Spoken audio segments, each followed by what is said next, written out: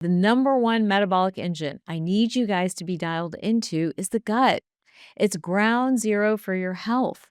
That gut microbiome, that sea of bacteria that lives in your belly, is determining everything. Everything from what your hormones are going to do, to what your inflammation is going to look like, to where your cortisol levels are today, to whether you're going to store fat or burn fat, and so much in between. So, a medication that fundamentally acts on the gut to decrease your appetite is not a good long term strategy. And I see this in practice day in and day out. It is a fine short term strategy, not a long term one. So, what do you need to know?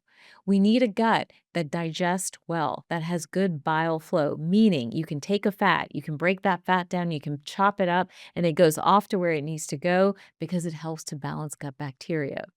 We need a gut that has a diet that takes in a lot of fiber to produce something called butyrate, which then in turn feeds good bacteria so that again the microbiome can do what it's supposed to do.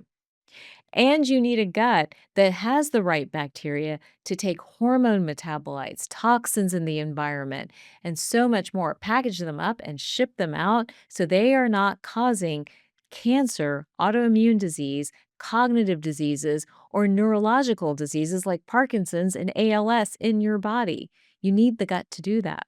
That is your first metabolic engine. So, how do you know you have a problem here?